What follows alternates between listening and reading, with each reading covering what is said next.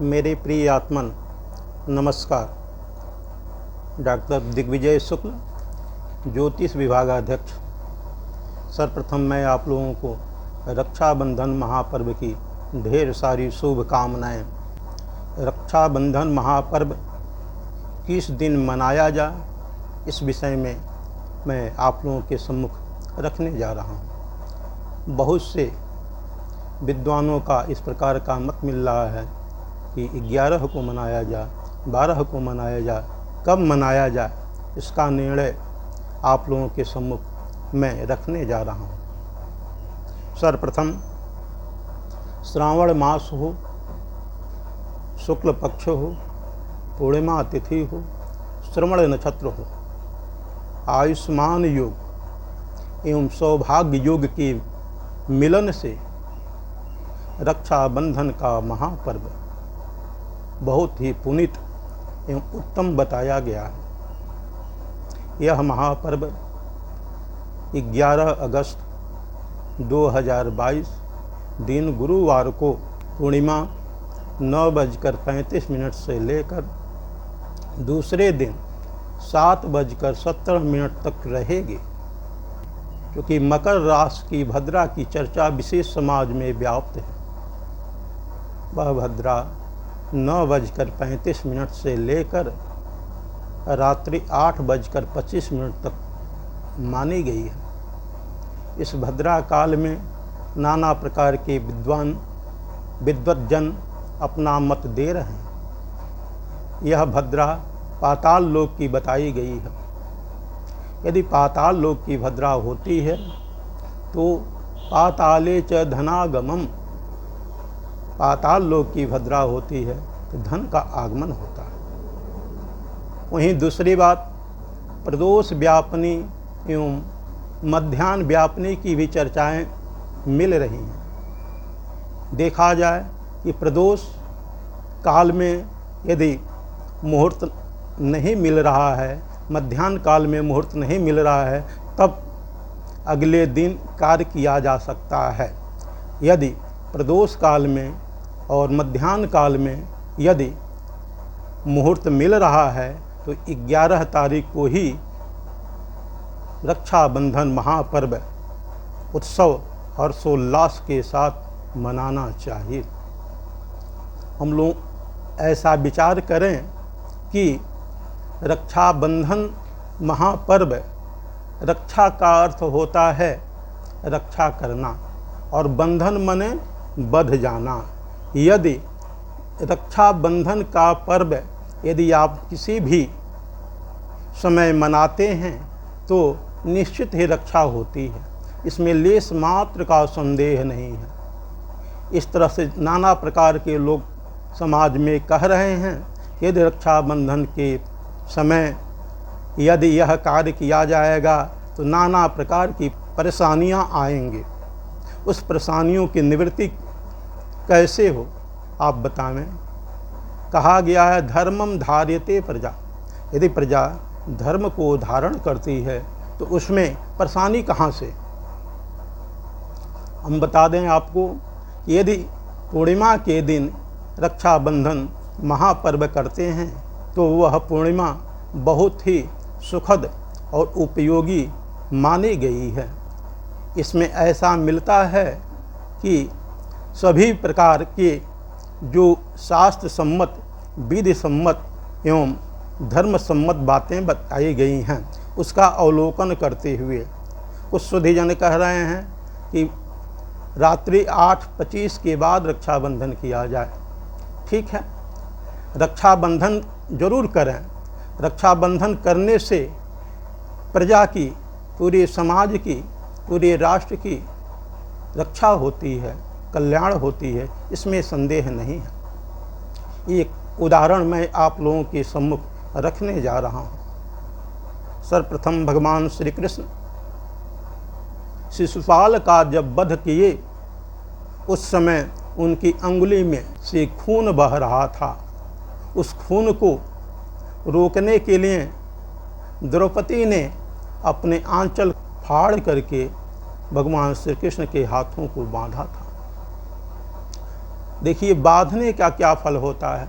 भगवान ने उस पीड़ा से जो खून बह रहा था उसको सहन करते हुए द्रौपदी को यह वचन देते हैं कि बहन, जिस तरह से तुमने हमारी रक्षा की, हम भी समय आने पर वह कर्ज निश्चय ही आपको चुकाऊंगा, उसमें कहीं भी लेस मात्र का संदेह नहीं है। बंधुओं, यह आप जाने, पांडवों ने जब जुए में द्रौपदी को दांव पर लगा दिए और हार गए, तब दुर्योधन स्वतः ऐसा अपने भाई दुशासन से कहता है, द्रौपदी का जो है चीरहरण किया जाए। इस प्रकार का चीरहरण करने का जो प्रसंग आया है, उस समय वह द्रौपदी अनाथ, पति, श्रेष्ठ जन, गुरुजन सभी असहाय महसूस कर रहे थे। तो उन्होंने भगवान को पुकारा, भाई को पुकारा। भगवान सारे कार्यों को छोड़ करके आकर के द्रौपदी की लाज रखते हैं, चीरहरण, चीर में विस्तार करते हैं, ऐसा शास्त्र सम्मत कथा मिलती है। इसके अलावा भी अनेक कथाएं समाज में प्रचलित हैं। उसमें प्रमुख महाराज बलि की कथा आती है। महाराज बलि 99 अश्वमेध यज्ञ कर चुके थे। 100वां अश्वमेध यज्ञ जब कर रहे थे, स्वतः भगवान विष्णु ने वामन का रूप धारण करके महाराज बलि के यज्ञ में पधारते हैं। महाराज बलि भगवान वामन का स्वरूप देख करके बड़ी मोहित हो जाते हैं। वो इतना सुंदर, इतना दिव्य कांति से युक्त यह देव मेरे लिए कितने प्रिय हैं। उनके सामने साक्षात दंडवत करते हैं, प्रणाम करते हैं। उनके गुरु शुक्राचार्य जी अपने दिव्य ज्ञान से जान गए, यह तो साक्षात नारायणो हरि हैं। अपने शिष्य को समझाते हैं कि यह आप क्या करते, ये तो साक्षात नारायण श्री हरि हैं, ये आपके यज्ञ में पधारे हैं। और महाराज बलि उनसे निवेदन करते हैं कि प्रभु मेरे लिए क्या आज्ञा है। भगवान श्री हरि विष्णु कहते हैं कि राजन, यदि आप कुछ हमें देना चाहते हो तो मात्र 3 पग भूमि दे दें, मात्र 3 पग। राजा इस प्रकार के सुन करके उस ब्रह्मचारी रूपधारी भगवान से कहते हैं, अरे आप ये क्या मांग रहे हैं, और कुछ मांग लीजिए, 3 पग भूमि क्या करेंगे। उन्होंने कहा, राजन यदि आप देना चाहते हैं तो मात्र वचन दीजिए 3 पग भूमि के लिए, नहीं तो इस यज्ञ से मैं वैसे स्वतः चला जाऊंगा। राजा ने सोचा कि आए हुए संत विद्वान का सम्मान करना चाहिए, मैं स्वीकार करता हूँ भगवान जो आपका आदेश। इतना वचन सुन करके स्वतः जो दैत्यों के गुरु शुक्राचार्य जी हैं, ये कहते हैं कि यह आप राजन क्या करने जा रहे हैं, यह बहुत बड़ा अनर्थ हो जाएगा। ये तो साक्षात नारायण श्री हरि है। उन्होंने कहा, ठीक है, यदि वह स्वतः साक्षात नारायण हरि मेरे यज्ञ में पधारे हैं तो मेरा दायित्व बनता है उनके वचन को पूरा करना। स्वतः भगवान श्री वामन भगवान कहते हैं कि नहीं, मैं ऐसे जमीन किसी का नहीं लूँगा। उसे संकल्प करिए और संकल्प दीजिए, प्रतिज्ञा कीजिए कि मैं 3 पग भूमि दूंगा। राजा ने कहा, ठीक है प्रभु, जो आपकी इच्छा। उन्होंने जल के लिए संकल्प लिया, जल गिराना चाहते थे, उसी में गुरुदेव सूक्ष्म रूप धारण करके जल न गिरे, जा करके वहीं अपना जो है बैठ गए। अब देखिए जल नहीं गिर रहा है, न जल गिरेगा न संकल्प होगा। इस प्रकार की बातें उन्होंने देख करके तो भगवान ने देखा यह तो गुरुदेव की करामात है। उन्होंने ये क्या किया, जो है कुशा का तिनका लिया और उसी में जो है प्रवेश करा दिया, जिसके वजह से शुक्राचार्य जी का जो है आँख में चोट आ गई। तब से शुक्राचार्य जी का इस प्रकार का जो है आँख में चोट दिखाई देती है।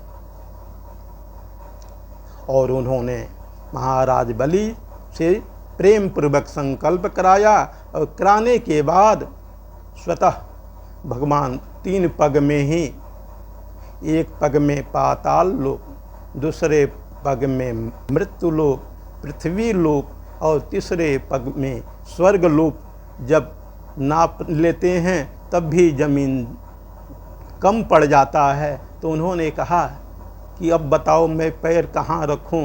राजा ने कहा कि प्रभु यदि आपकी कृपा हो तो वह तीसरा पग का जमीन जो कम पड़ रहा है मेरे सिर पर आप अपना चरण रज रख दीजिए, अपना पैर रख दीजिए।